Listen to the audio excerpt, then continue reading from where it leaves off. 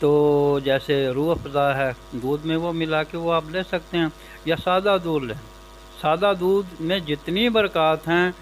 ان چیزوں میں نہیں ہے، لیکن پھر بھی کچھ نہ کچھ ذوق طبع کے لیے کچھ فلیور اگر پسند کرتے ہیں تو ان دونوں مشروبات ہیں، ان میں سے کوئی ایک،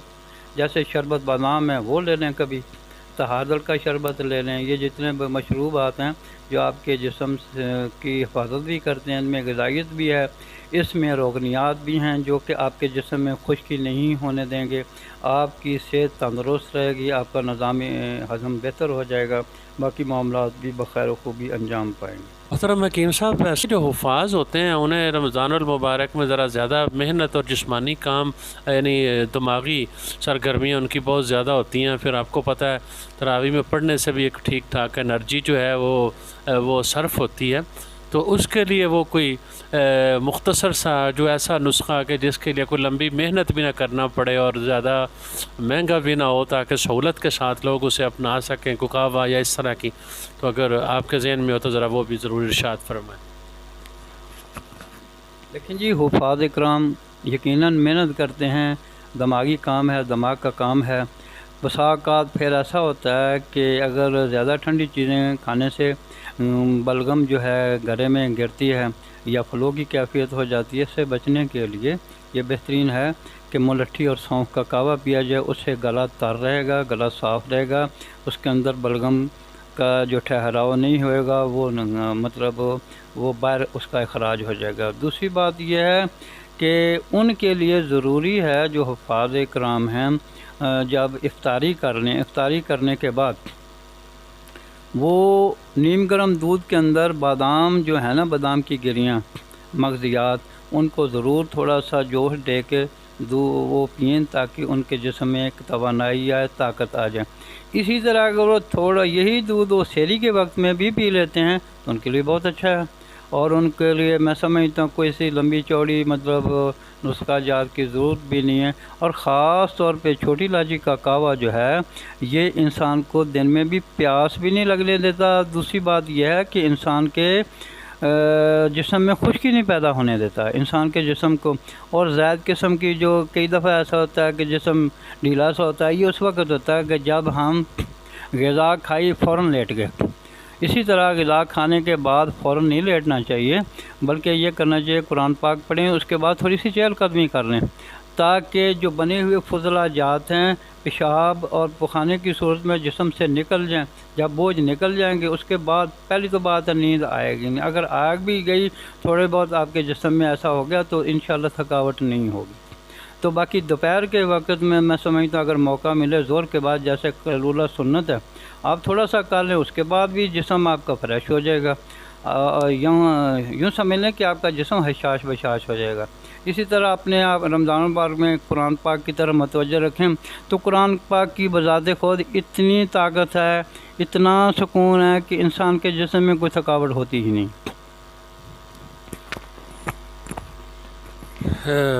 محترم حکیم صاحب، آپ کے وقت کا اور آپ کی قیمتی باتوں کا بہت شکریہ۔ ناظرین کرام، امید ہے کہ آپ کو